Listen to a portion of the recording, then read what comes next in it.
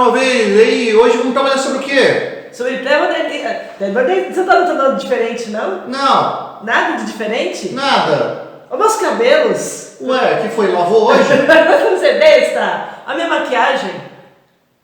Você tá sempre linda. Até parece. Hoje a gente começa a falar sobre pré-modernismo. O que é pré-modernismo? Vai ser um movimento de transição, mas já começa ali a ruptura com as demais escolas literárias que nós tivemos até então. E olha, a gente vai começar num período aí bastante curioso, porque o pré-modernismo ele coincide com a fase histórica do Brasil da Primeira República, né? Então vai pegar aí lá da proclamação da República de 1889, né? Lógico, a data não é fechada ali, indo até lá 1930, quando vai lá o Vargas e dá o golpe de Estado. Então você pega ali o período da República Velha, grossamente, que na história do mundo vai envolver com outras questões, como por exemplo os movimentos nacionalistas na Europa, né, que vai culminar ali na Primeira Guerra Mundial, dando uma transformação brutal no que era o mundo que a gente conhecia até então. Você percebe que a gente já está falando sobre isso já desde o realismo, né? Então, porque o pré-modernismo ele nasce depois dessas escolas literárias, um pouquinho depois, mas ainda estamos falando do finalzinho do século XIX. Então, ele vai ser um período em que há o realismo, há o naturalismo, há o parnasianismo, há o simbolismo, ainda há a corrente romântica rolando ali, né, tímida, mas ainda há, e aí vai vir justamente o pré-modernismo. O pré-modernismo que colocou esse nome foi o Tristão de Ataíde, né, o apelido dele que era o Alceu Amoroso Lima, né? Mas o Tristão de Ataíde acabou estudando o período e percebeu que nele não havia ali uma linha ideológica ou uma estética dominante daqueles autores, né? Não dava para falar, pô, ele é parnasiano, ele é realista, e ao mesmo tempo não era modernista, porque justamente o período de transição, como a gente já falou lá no humanismo, é um período em que vai trazer características do período anterior e do que virá ainda. E afinal de contas, ninguém tinha bola de cristal para falar, nossa, estamos no pré-modernismo. Ninguém sabia que o modernismo estava chegando, né? Você só pode ter um nome desse tipo no modernismo ou daí para frente. Sim, mas ao mesmo tempo você tem uma base histórica que vai moldando a forma como você vê o mundo e como você acaba fazendo a arte, né? Então a gente já comentou sobre isso, de como isso impactou outros artistas, no caso do pré-modernismo, né? Impactou dessa forma de ação de ruptura, né? E depois vai trazer ali o modernismo, né? Com a ruptura geral. E o que faz essa ruptura é justamente como está se vendo o mundo, porque até então nós vivíamos aqui numa colônia, essa questão monárquica. Mas já era império, né? Mas o espírito ainda era o mesmo. Né? Disso que eu tô falando, né? Então ali estava aquele sentimento de renovação, a primeira fase do modernismo, onde os caras ficavam, não, nossa nação é brasileira, os nossos índios são os nossos heróis, a nossa terra é linda, aquele movimento assim de fortalecimento de identidade para poder colocar isso também nas obras, né? Não que uma coisa não seja uma finalidade, mas isso aconteceu com as obras, esse movimento de identidade. Só que o que acontece? Vem a República, né? Então, assim, nessa formação de identidade começa-se ainda a ver aquelas questões da formação da nossa burguesia também colocando-se como uma identidade. Aí, de repente, cria-se aquela oligarquia, as oligarquias aqui, né? Cria-se a questão da República, né? E essa República vai ser marcada principalmente por um pensamento de uma burguesia nova, né? Porque se você lembra desse primeiro momento, você sabe que a gente está falando da chamada República do Café com Leite, aquela república oligárquica, agrária, atrasada, ligada a essa produção da agroexportação, que ainda tinha muita relação com o Império.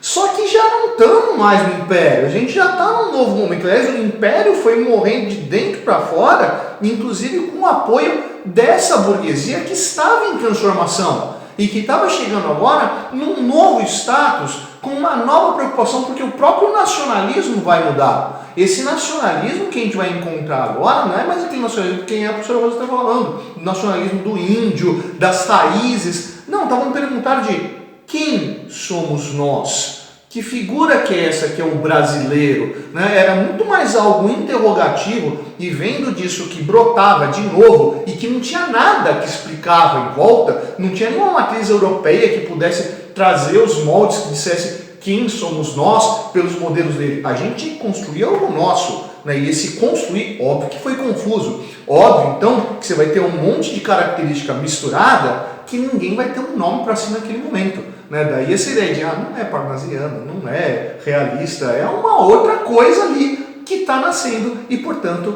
pré-modernista. Então, foca nessa ideia. Estamos falando de uma burguesia nova, né? Que inclusive está tendo um novo tipo de trabalho, porque agora a gente já está falando de uma sociedade totalmente livre, uma sociedade sem escravos.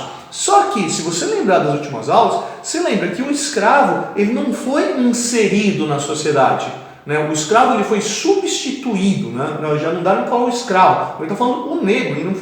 Ele foi substituído pelo imigrante europeu, que começa a vir aqui numa série de levas, que já tinha começado ali no final do Império, com um projeto chamado Processo de Branqueamento Brasileiro. Então você começa a trazer um bando de gente que vem para cá, com uma mão na frente e outra atrás, para construir um mundo novo, porque não dava mais para voltar para sua casa, que a Europa estava sendo devastada por esses conflitos nacionalistas. Então vê, conflitos nacionalistas na Europa, um construir de nacionalidade no Brasil, não tem como não ser uma época bastante turbulenta. Sim, e aí quando fala-se justamente dessa substituição de mão de obra, a gente começa a ver com muito destaque as diferenças entre as classes sociais. Então, dentro do cortiço, que a gente já falou sobre isso, a gente percebeu ali que nós tínhamos uma classe social bastante latente, né, que até então não tinha sido colocada ainda nos livros, de modo geral, nos livros de literatura, né?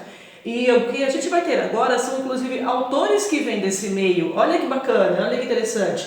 Então a gente vai ter autores como Monteiro Lobato, o Monteiro Lobato ele fazia parte da elite, né? Então é uma pessoa, inteligentíssima, de falar sobre ele, claro, na aula de hoje. E nós tínhamos o Lima Barreto, que nasceu pobre e negro, né? Na verdade mestiço, né? Mas que sofreu muito por causa disso. Então, quando a gente pega ali a escrita de Lima Barreto, não é aquilo que está sendo observado, é aquilo que é, porque ele viveu, né? E é interessante que de muitos autores, quando pegam obras assim, em que o autor coloca muito de sua vivência, as pessoas falam assim, é autobiográfico essa história, olha que fofa. Do Lima Barreto já era um problema, já era uma crítica, é muito pessoal isso daí, não vale a pena. Sendo que o cara estava passando aquela visão o exemplo que ele mais conhecia, que era o dele mesmo, dentro de suas obras. E isso deixava a obra extremamente rica, porque finalmente a gente tinha uma obra em que se falava a verdade em relação a esse sentimento da pessoa excluída. Sim, isso era uma necessidade que já vinha do momento anterior, que já vinha desde lá do realismo, que é um momento onde as pessoas que estão lendo, elas querem se ver na obra. Né? Não é mais aquele negócio idealizado do romantismo. Não, agora eu quero ler o livro e eu quero me encontrar no personagem. Aquele personagem tem que falar algo sobre mim, não sobre um negócio idealizado. Exatamente. Embora nós tivéssemos aí também ainda uma literatura, porque a literatura naquela época era uma forma de entretenimento voltada para a elite, né? Porque, novamente, as pessoas bem mais pobres não tinham direito à educação. Embora a Constituição garantisse isso para todo mundo, não era assim que funcionava, né? A escola pública só vai surgir mesmo de verdade, assim, depois da década de 30. Então, nesse momento, a escola pública era, assim, no máximo, a caridade de sacerdote, porque uma instituição estatal que garantisse não era bem assim. Assim, passando para vocês um pouco, né, que nós somos pesquisadores também, né? E numa pesquisa que eu fiz para o meu mestrado, por exemplo, né, eu fiz um levantamento ali do século XIX de uma escola em que nós tínhamos ali cerca de 90 alunos que eram matriculados e quem era presente realmente somente 30 alunos ali que apareciam, 30 alunos dos 90 que estavam matriculados. E quando era a época de colher essas coisas, os alunos desapareciam, porque eles tinham que trabalhar também, ajudar os pais, né? Então só realmente aquelas pessoas que eram mais abastadas que tinham direito a continuar estudando, porque ia até o quarto ano, né? Assim, o basicão ia até o quarto. Depois, se você quisesse, tivesse dinheiro, você conseguiria estudar o restante. Que é o nosso equivalente ao Fundamental 1 de hoje, né? né? Só que Fundamental 1 bem mais... Um pouco mais denso, né? mais Porque denso. não ia ter muita coisa além daquilo. Não, e porque as pessoas também estavam na escola um pouco mais velhas, né? Então, a gente pega o livro da Helena Morley, por exemplo, Minha Vida de Menina, né, que é um diário. Então, ela é mocinha já, tá com 12 anos e tá na primeira, segunda série, né? Se você assistiu Annie with an E, né, essa sériezinha popular pra caramba, você entende o que essas turmas, aquela molecada já bem mais velha entrando na escola, né? Sim, então para você visualizar a cena, realmente Annie com E é um bom exemplo disso e na nossa literatura brasileira tem a Minha Vida de Menina de Helena, né, que são 3 anos ali do diário dela contando como era a vida dela. Então isso é interessante e o livro dela também não está incluído em nenhum lugar assim, não dá para falar que é pré-modernismo, modernismo, realismo, né? Tá na confusão toda aí, né? Até porque foi inserido atualmente assim, na literatura, porque, enfim, não tinha nome nem de mulheres naquele período, né? Então a gente vai perceber aí justamente essa mudança de literatura, né? Então nós vamos ter autores que vão trazer ainda características, como eu disse, daquelas outras escolas literárias, mas fazer uma boa mistura disso, né? Como o exemplo de Cruz e Souza. Cruz e Souza, sim. E teremos outros autores trazendo questões assim mais próximas da questão modernista. De qualquer forma, quem acaba abrindo esse período é Euclides da Cunha com Os Sertões e o Canaã de Graça Aranha, de 1902. Que, aliás, Os Sertões é uma obra bastante curiosa, né? Porque Os Sertões ele trata lá da Guerra de Canudos, né? É legal lembrar que o Euclides da Cunha ele era jornalista e ele foi para Canudos para ver o que estava acontecendo lá e registrar. Isso, mas calma, vamos seguir aqui a ordem. Sim, senhora. Tá. Não é Cruz e Souza, desculpa, se Cruz e Souza é do simbolismo, vocês viram que ele deu uma parada aqui. Cruz e Souza não, é Augusto dos Anjos, desculpa, Cruz e Souza é o nosso grande cisne branco, né, do simbolismo.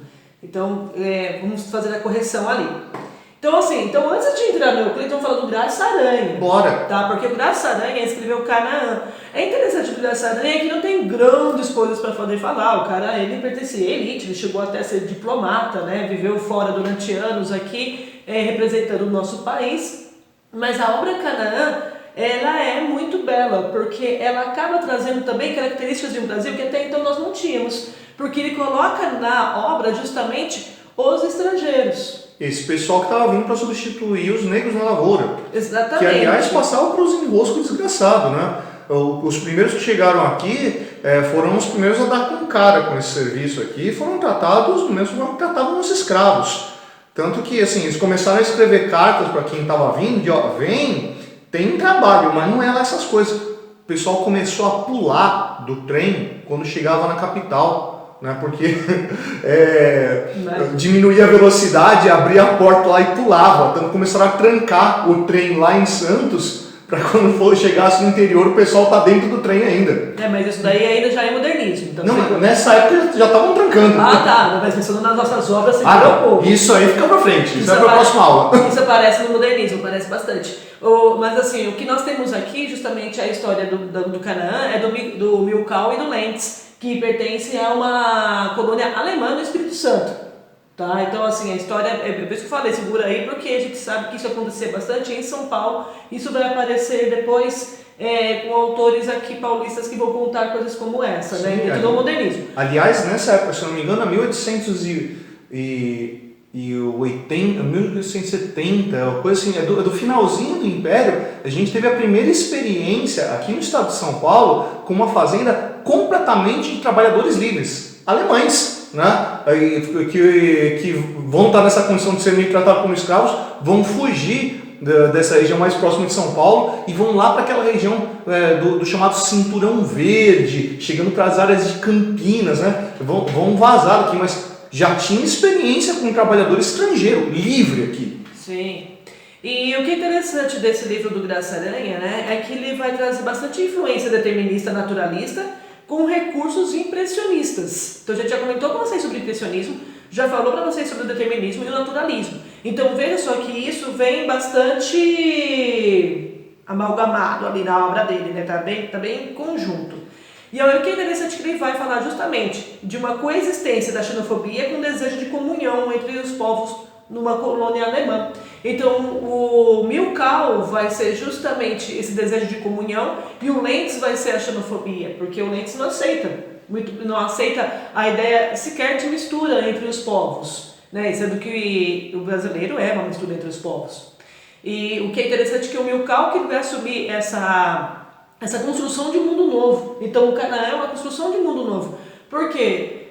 O Milkau conhece a Maria é uma negra que foi seduzida pelo chefe dela, né? Porque aí já era chefe. Seduzida, ela sendo bem gentil. E aí o cara foi embora, ela engravidou, assim, foi escorraçada do lugar de onde ela trabalhava, onde já se viu engravidar do chefe, e aí ela teve o bebê na beira de um rio, só que assim, teve sozinha o bebê, e ela desmaiou, ela ficou desmaiada, perdeu os sentidos, vieram os porcos do mato e comeram a criança. E assim, não bastasse tanta desgraça, ainda a acusaram de infanticídio. Que era uma coisa bastante comum na época, viu? Aí o que acontece? Quem a salva? Milkau, né? E a Milkau consegue salvá-la. Então ali tem uma série de problemáticas dentro do livro, claro, né? Porque vai ser um livro voltado com essa história, até que ele vai com ela para uma nova terra, onde ali iniciam os novos brasileiros. É tipo o Iracema, só que com o Iracema com... Só que agora com o alemão. Com o alemão, entendeu?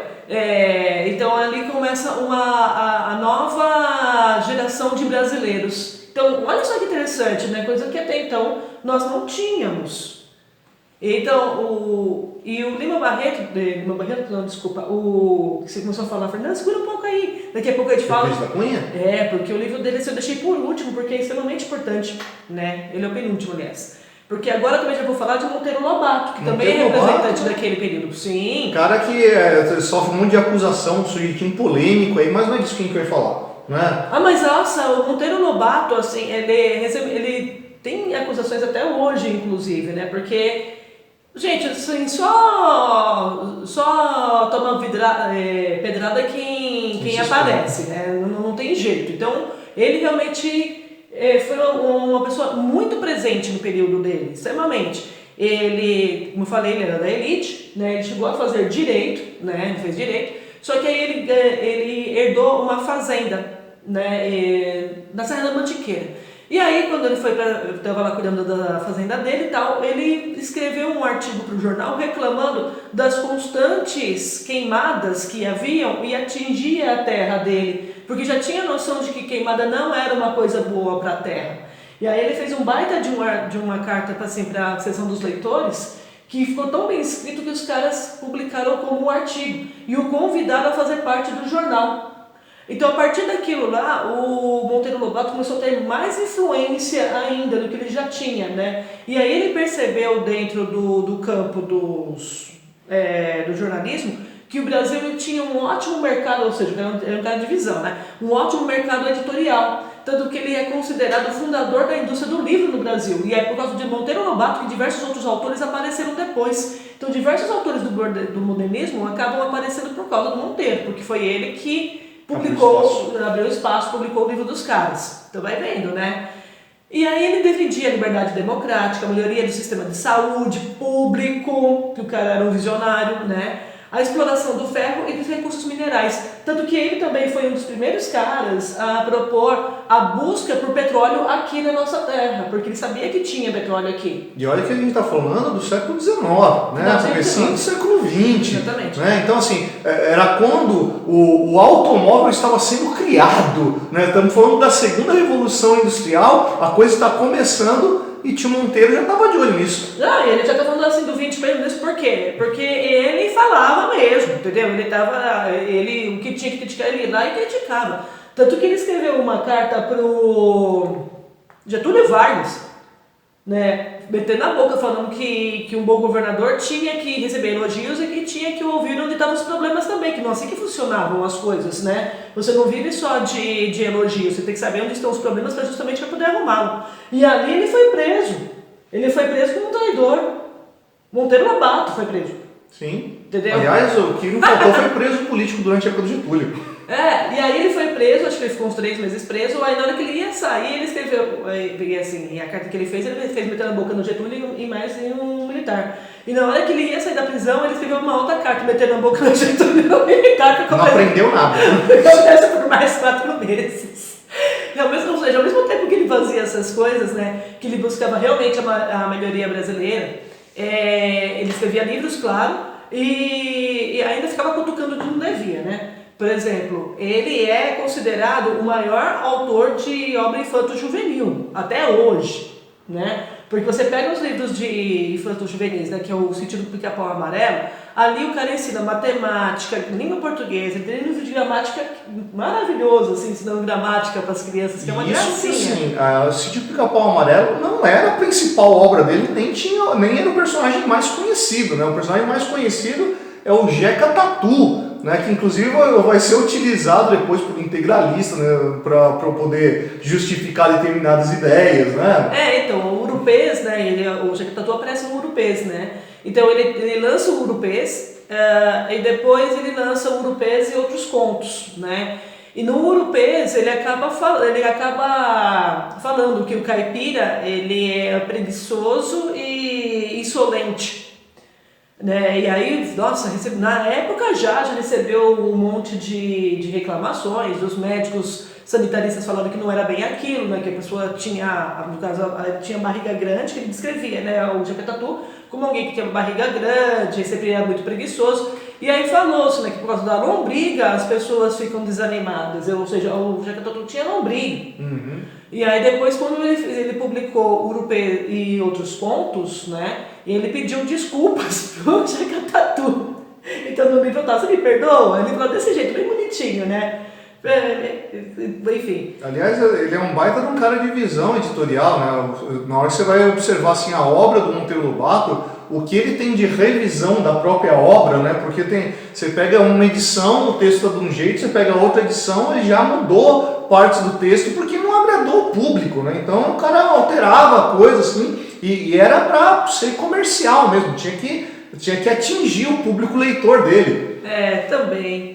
Tanto que assim, atingiram ou não, né? O cara era bastante polêmico, né? Tanto que você estava falando do final, né, do século XX, início do século XX, foi no início do século XX que a gente teve a Semana de Arte Moderna, que a gente vai ter depois aqui uma aula só para isso, né? Semana de Arte Moderna. Não dá para ser junto com outra coisa.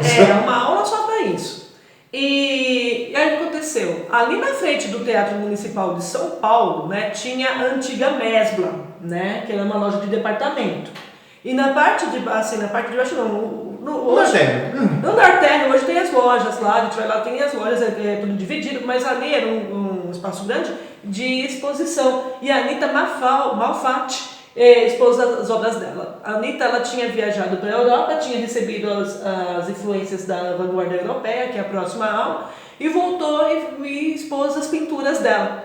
Aí o que aconteceu? As pessoas foram lá, gostaram, compraram os quadros dela, não sei o que e tal, mas assim, compra-se e continua a exposição. Depois você leva a obra para casa, e assim até hoje. Monteiro Lobato foi, não gostou, escreveu um baita de um artigo no jornal, falou mal. Né? O artigo conhecido como Paranoia ou Mistificação.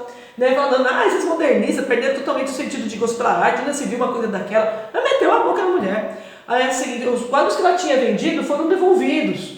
Né? Então, assim, aí os amigos da Anitta, né, que depois constituíram ali os principais autores do modernismo, ficaram bravíssimos com Monteiro Lobato. Você vai falar uma coisa dessa, mudar em mudança e falar uma coisa dessa. Nossa, ele foi escorraçado. Você vê que Monteiro Lobato, ao mesmo tempo que o cara avante seu tempo, ele é um cara retrógrado pra caramba. Sim, gente, normal. E aí o que acontece?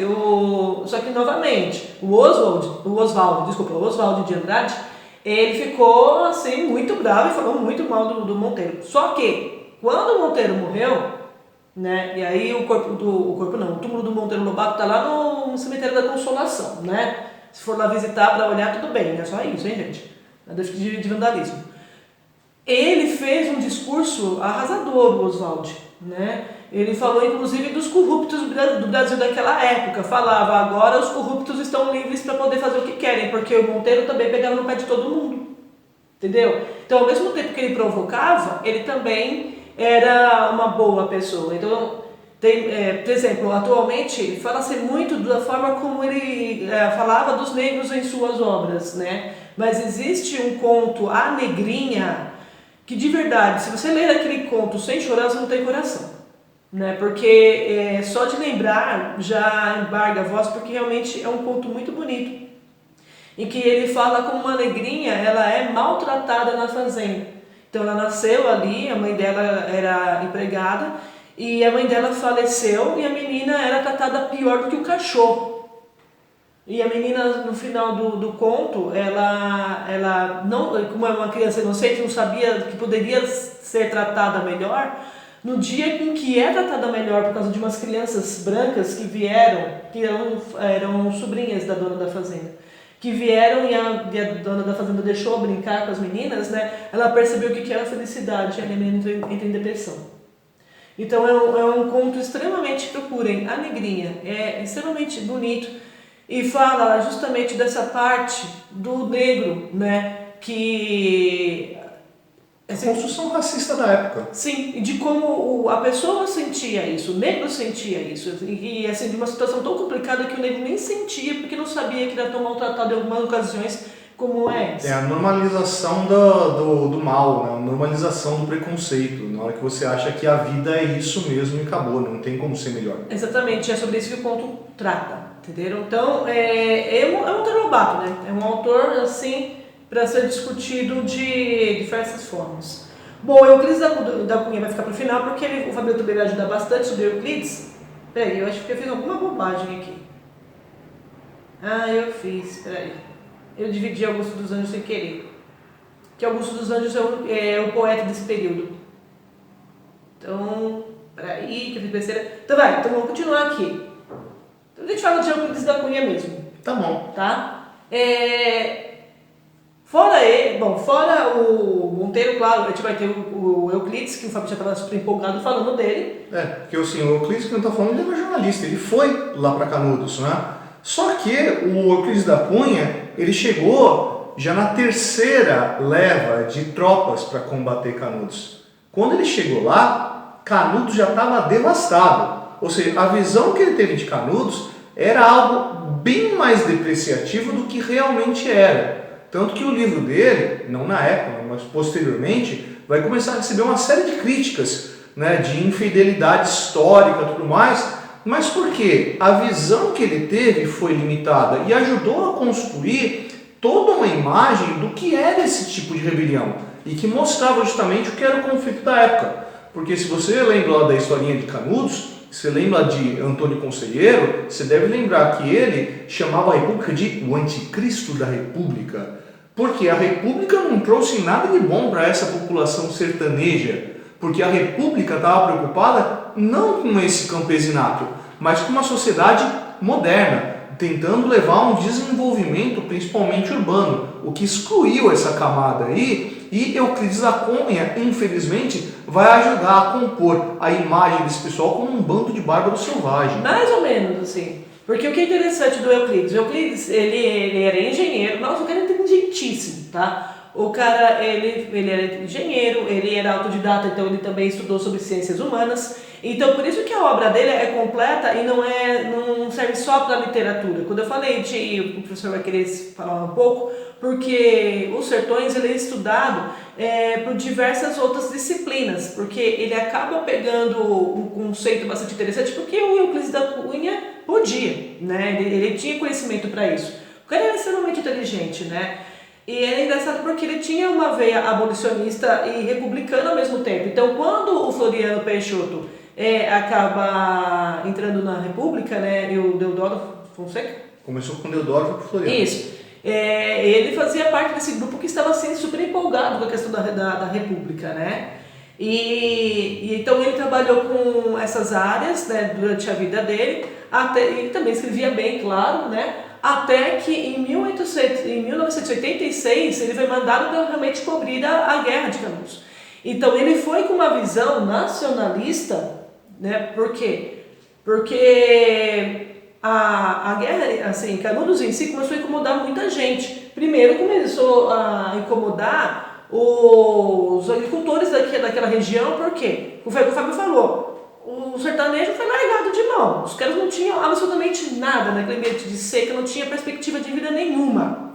E o Antônio Conselheiro conseguiu, com suas palavras, trazer uma formação de comunidade em que eles conseguiam sobreviver fora do Estado. Virou um país autônomo, Canudos. Não tinha, assim, eles se declaravam uma monarquia celeste, né? Quase que um Estado teocrático, separado do resto do Brasil, que, óbvio, vai incomodar quem estava preocupado com a manutenção de um Estado nacional. E os latifundiários baianos, que você da Bahia, né, ficaram assim, incomodadíssimos, porque aquele povo parou de pagar imposto. Mas, tipo, imposto do quê? Parou de trabalhar para o latifundiário também, né? Imposto do quê? Também não tinham nada, né? Então, por conta dos latifundiários, é que o governo foi até lá, o exército brasileiro foi até lá... para destruir aquilo. Porque eles eram insubordinados. E aí, quando Euclides viu o que estava acontecendo, ele também ficou extremamente desgostoso. Então, assim, e agora eu não vou esquecer se ele chegou a ser preso. Mas ele não foi bem querido por causa da obra, porque assim, ele mostrou um outro lado do Brasil que até então as pessoas não conheciam. Estava embaixo do tapete, né? Ele mesmo não conhecia, né?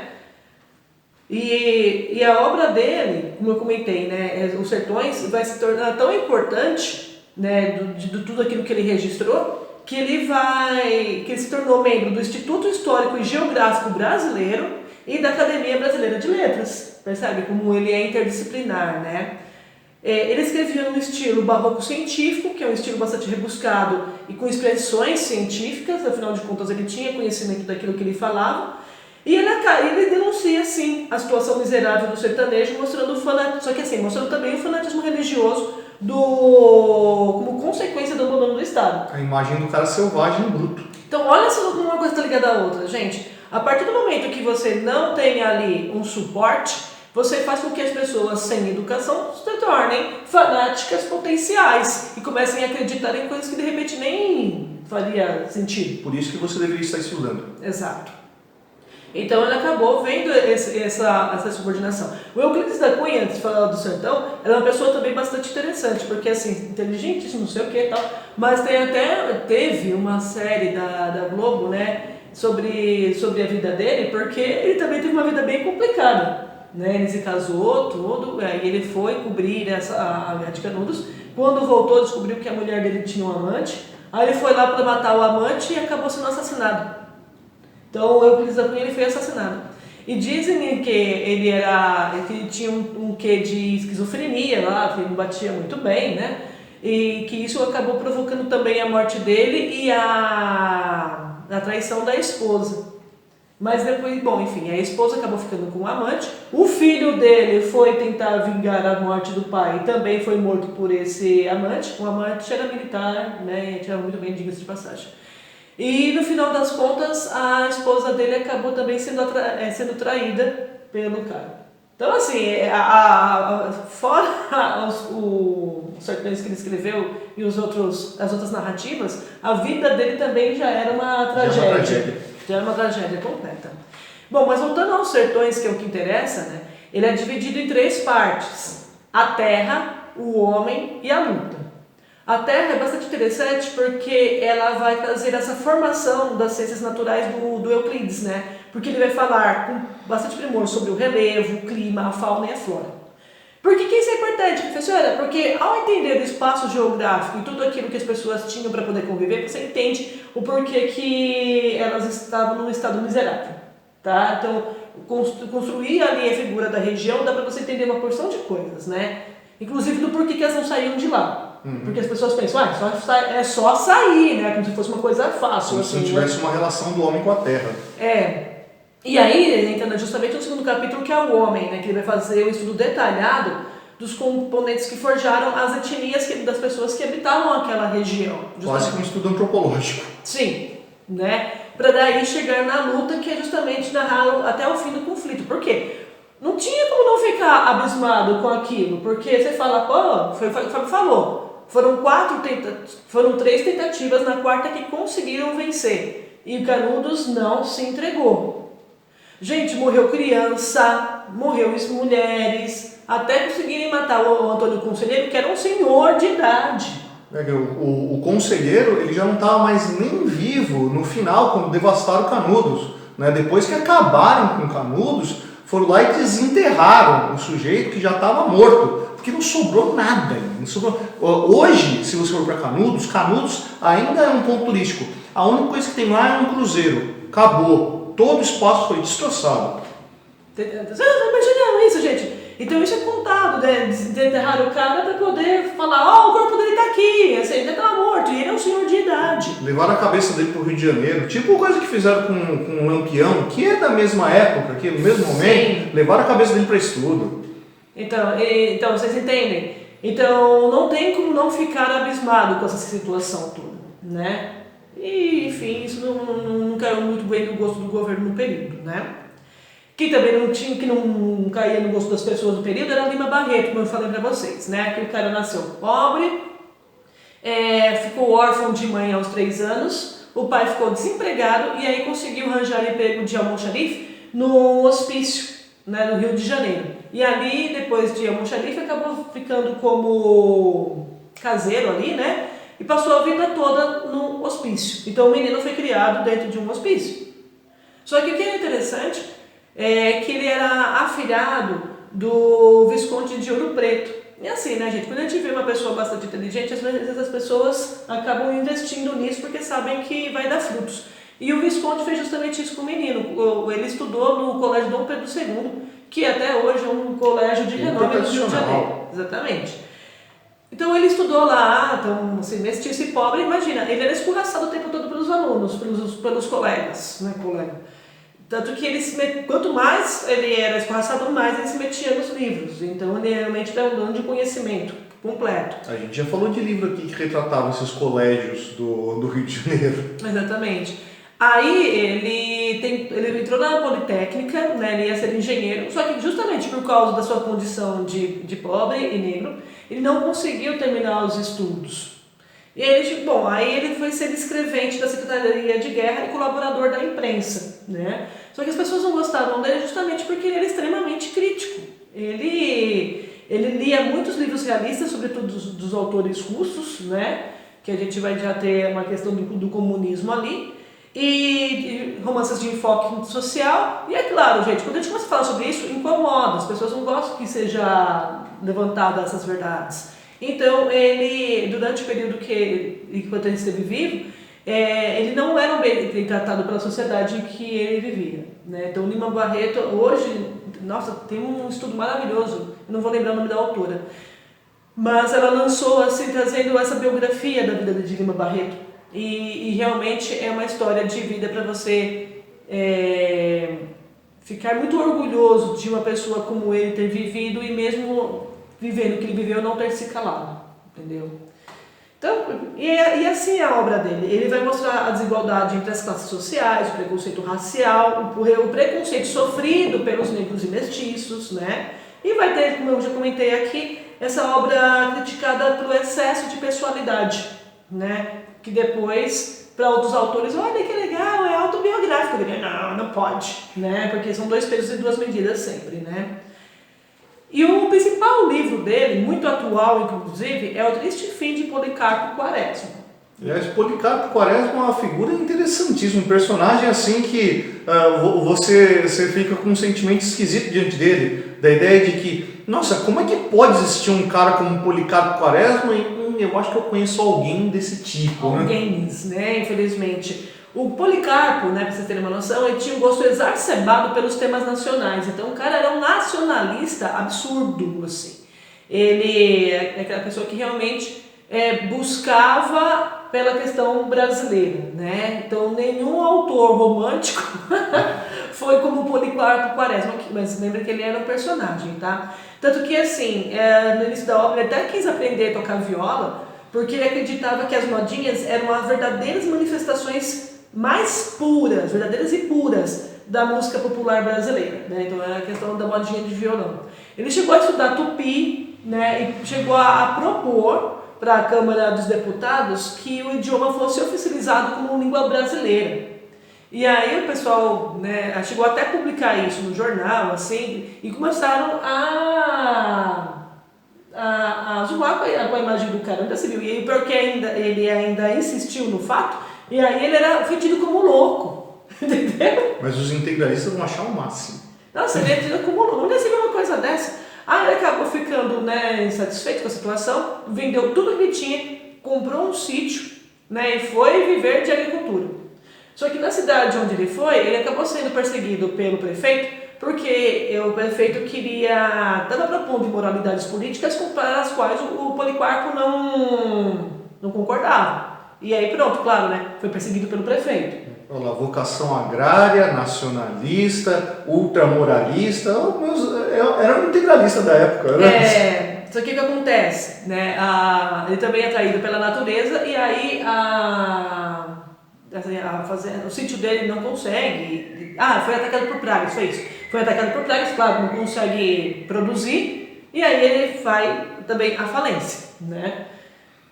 Enfim, aí ele acaba se engajando, né, na revolta armada ao lado de Floriano Peixoto. O que é essa revolta armada? A revolta da Armada, cara, tiveram duas revoltas da Armada. Teve a primeira revolta da Armada que fez com que o Floriano virasse presidente, porque a Armada da Marinha foi lá e se posicionou diante do Rio de Janeiro e falou: presidente, ou você sai ou a gente bombardeia. O Deodoro falou: tô fora, não quero mais. O Floriano falou: manda ver, né? Combateu a revolta da Armada, que depois foi lá para o sul se juntar com o pessoal da Revolução Federalista, né? Então a revolta da Armada é uma revolta da Marinha contra o modelo republicano que estava estabelecendo. Não que eles fossem anti-republicanos, pelo contrário, mas eles estavam a favor do federalismo e não dessa postura centralizadora do exército. Pois é. E aí o que acontece, né? Eles ganham a guerra, né? O Policarpo, ele é condecorado e tal, e acaba se tornando um carcereiro ali, como uma forma de agradecimento até pelos bons serviços que ele fez. Só que como um carcereiro, ele vê irregularidades. Então ele vê nepotismo, ele vê pessoas sendo torturadas e mortas, até sem ter um julgamento justo. Nem julgamento tinha, isso era muito, né? Corrupção, né? Em poucas palavras. E aí ele tenta denunciar, né? Porque isso não está certo. O que aconteceu? Aí vem o grande final da obra, porque ele é o grande nacionalista. Ele defende o país e ele não só defende o país, mas ele defende os desejos, o que é melhor para o país. E aí ele é condenado como traidor da pátria. Você vê que, assim, no final, o Lima Barreto ele faz uma crítica a esse ufanismo. Exatamente. Na verdade, a obra é isso, é a crítica ao ufanismo. E é engraçado que, justamente, o Quaresma ele tenta reformar a pátria por meio da cultura, agricultura e política. E tudo que ele tenta fazer dá errado, porque não era a formação do Estado. Então, nada que fosse de interessante para a população de modo geral era interessante para um grupo em particular. Então, isso é interessante. E aí é que é a grande crítica da obra, né? E, por fim, a gente fala de Augusto dos Anjos, né? Porque aí no período a gente teve esses autores que eram autores em prosa, e o Augusto dos Anjos vai ser um poeta, né? Um poeta pré-modernista. Nossa, o Augusto Judiação, olha pra minha noção, ele foi chamado de poeta raquítico, ou doutor tristeza, né? Porque ele era magro, e a obra dele saía daquilo que as pessoas acabavam considerando como poesia na época, né? Porque ele trazia ali uma influência darwinista, Schopenhauer, Nietzsche, que já comentou isso com vocês sobre o realismo, e até do monismo de Haeckel, né? Sabe o que é monismo, né? Nem faço ideia. Do Reino Monero.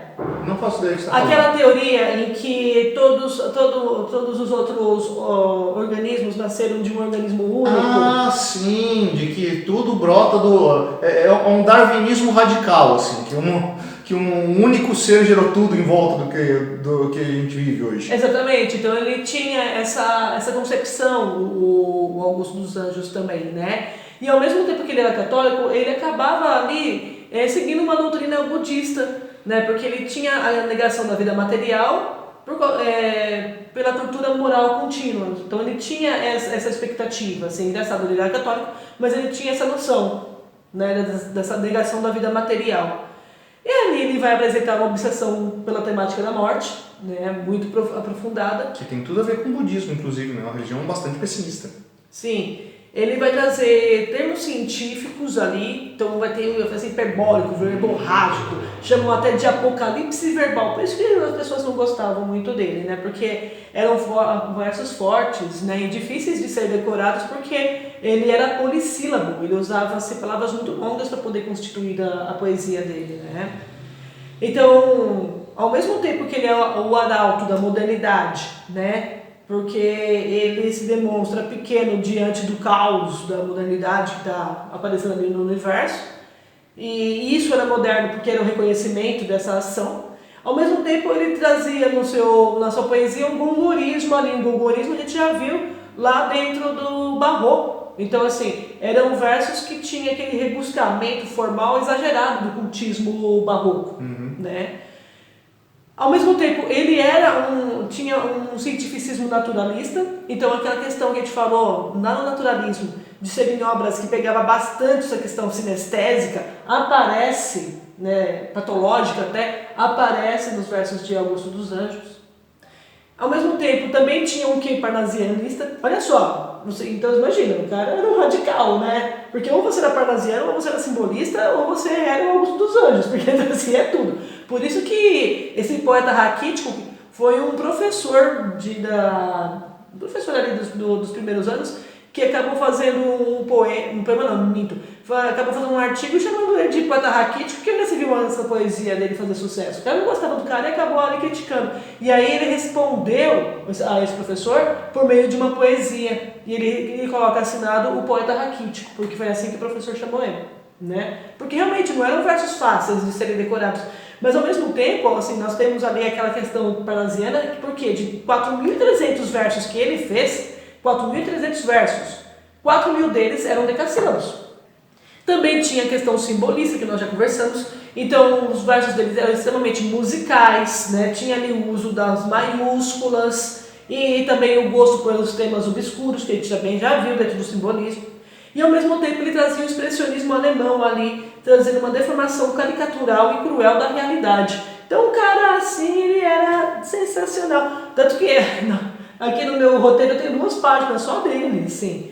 Então na musicalidade ele trazia muita literação e assonância. Lembra o que era a literação, professor? Já ensinei. Eu não lembro. Ai, meu Deus do céu. A literação, quando você tem a repetição ali das consoantes. Ah, é. Lembrei. Né? Tipo o rato, eu, a roupa de rei, não. Aí uma literação. E a assonância, o que é a assonância por sua vez? Que tem a ver com som. Quem é que tem a ver com som? O barulho que está tocando no fundo. Vogais. Por isso que é, para assonância. Exatamente. Lembra? Ana Banana, Ana de Mercedã? Então, a repetição do A, por exemplo. Ele tinha uma obsessão cromática, então ele trazia muitas cores no poema dele, né? Lembra? Do Cruz e Souza, aí sim, por isso que eu confundo ele com Cruz e Souza, porque Cruz e Souza tinha a questão do branco, né? Gostava muito da cor branca dentro do poema. E o Augusto dos Anjos também tem uma relação cromática. Só que o Augusto dos Anjos é preto, por causa do luto, e vermelho por causa do sangue, tá? Então isso aparece bastante nas obras dele. O uso dos superlativos absolutos sintéticos. O que é isso, pessoal? Se você não é bom, você é boníssimo. Você não é inteligente, você é inteligentíssimo. Ele só não era poeta concreto porque nasceu em outro momento, né? Exatamente, tá vendo? Por isso que é o pré-modernismo, exatamente. Então ele tinha ali uma adjetivação constante, ali, principalmente com adjetivos ligados à repugnância, né? Porque os versos deles tinham muito disso. E um estilo interjetivo, né? Que é assim, bastante usos de reticências, de exclamações dentro do texto. Você vê como a nova arte vai acabar dando um peso desgraçado, né? Porque assim, as simples palavras já não é mais o suficiente, né? A palavra tem que ter um significado visual, tátil, seja lá qual for. Exatamente. Então, por isso que... E aí a gente vai ver bastante disso dentro da vanguarda europeia, que depois vai eclodir no modernismo. Então, ele já traz essas características. Então, percebe... Quando a gente fala de mistura de períodos, a gente percebe bem isso dentro do Augusto dos Anjos, né? Que traz ali um monte de característica, o que deixava o pessoal da época doidinho. E aí eu vou terminar essa aula justamente com o poema dele, por isso que eu deixei por último aqui, né? Sensacional, olha só. Vês, ninguém assistiu ao formidável enterro de tua última quimera. Somente em gratidão, esta pantera foi tua companheira inseparável. Ingratidão com letra maiúscula, lá, humanizando. Acostuma-te à lama que te espera. O homem que nesta terra miserável mora entre feras sente inevitável necessidade de também ser fera. Toma um fósforo, acende teu cigarro. O beijo, amigo, é a véspera do escarro. A mão que afaga é a mesma mão que apedreja. Se alguém causa ainda pena à tua chaga, apedreja essa mão vil que te afaga, escarra nessa boca que te beija. Ou seja, ao mesmo tempo que a mão que te dá carinho, olha uma coisa de Lima Barreto, né? A mão que te acaricia, que te dá carinho, né? É a mesma que te bate, a mesma boca que te faz elogios, é a mesma que te xinga, a boca que te beija é a mesma que te escarra. Sensacional esse, nossa, eu adoro esse é o poema favorito do Opus dos Anjos. É isso. E é isso. E aí, você curtiu a de hoje, cara? Se você curtiu, você vai lá embaixo dar um curtir. Se você não curtiu, você vai lá embaixo dar um descurtir. Essa é a literatura do Suetônio. Eu sou o professor Fábio. Eu sou a professora Rosi. E você, meu amigo, você Deveria estar estudando